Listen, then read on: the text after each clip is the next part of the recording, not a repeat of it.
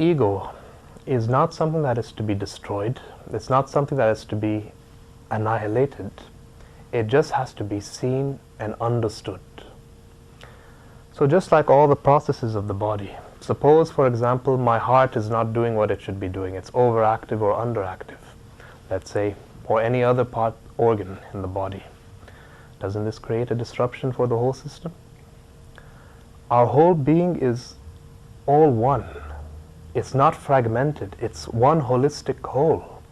So that's why if there's an imbalance in even a small part, now this creates a disruption in the whole. And one of the greatest misunderstandings about life, or about human life, is that we are thinking of ourselves as fixed entities. Nothing in nature is a fixed entity. Nothing in nature is a fixed thing. Everything is a process. Everything is in motion. Everything is in movement. So it reminds me of a statement by one Greek mystic. His name was Heraclitus. And Heraclitus said, "You cannot step into the same river twice." That's how life is. Let's say these candle flames. Usually you think when the flame is burning that the candle that burns in one moment is the same candle that burns in the next moment. It's not so. It has changed. It's a process. It's a continuity. The same thing is the case with our own being. When we think of ourselves, we usually have a fixed idea of who we think that we are, because we've created a certain self-image.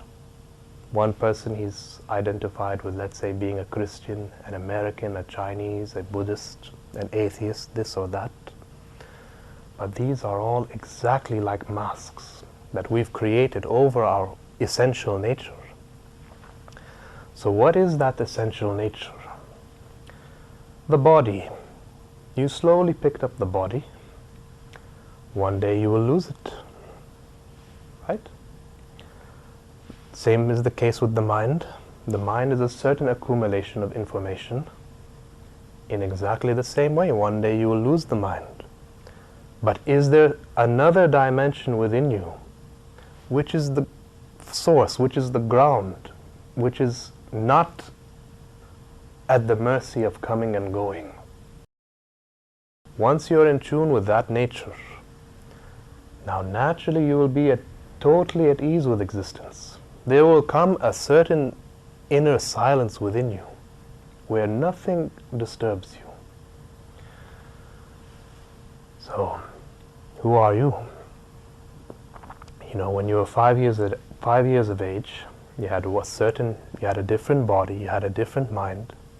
When you became 15 years of age, again a different body and a different mind. When you will be 40 or 50 or 60 years of age, again different body, different mind. Which of these bodies and mind is the real self? There's no real self. We're constantly in a state of change, in that sense.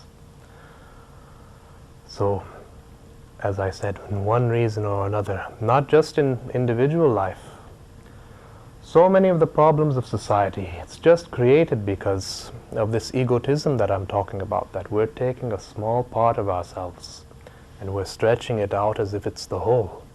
It's a bit like this. There was once a yogi. He was walking in a garden and he just sat under a tree and he went deep in his meditation. And in his inner vision, he saw somebody in the very depths of hell. In yoga, we don't see hell as a place. If you're in misery within yourself, this is hell.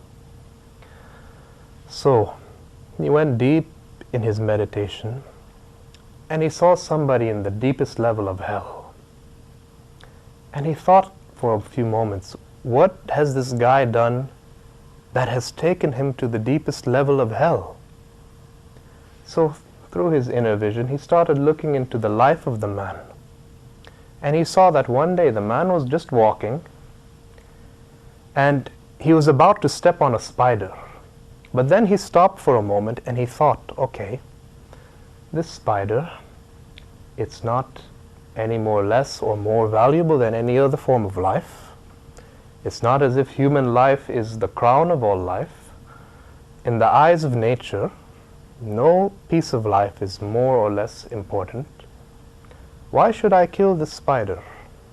So, just for a moment, some compassion had arisen in him. So he didn't kill the spider. So the yogi thought, my God, this guy, I don't care how he has lived his life, but just for those few moments of compassion, some little bit more intelligence has happened in him. I think he should be taken out of hell.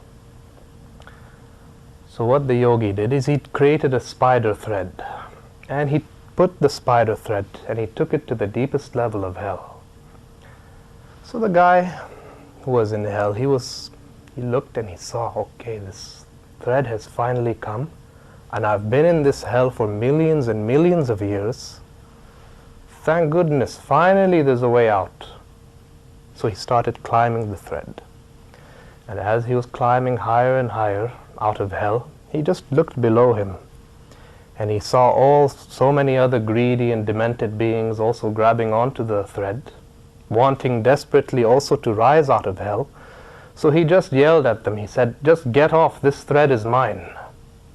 And again, like that, he fell down to the deepest level of hell. So, essentially, that is what egotism is. Whenever you become identified with something, with this attachment of the idea of me or mine, now there is bound to be suffering, because whatever threatens our identity, that is enough to create any kind of disturbance.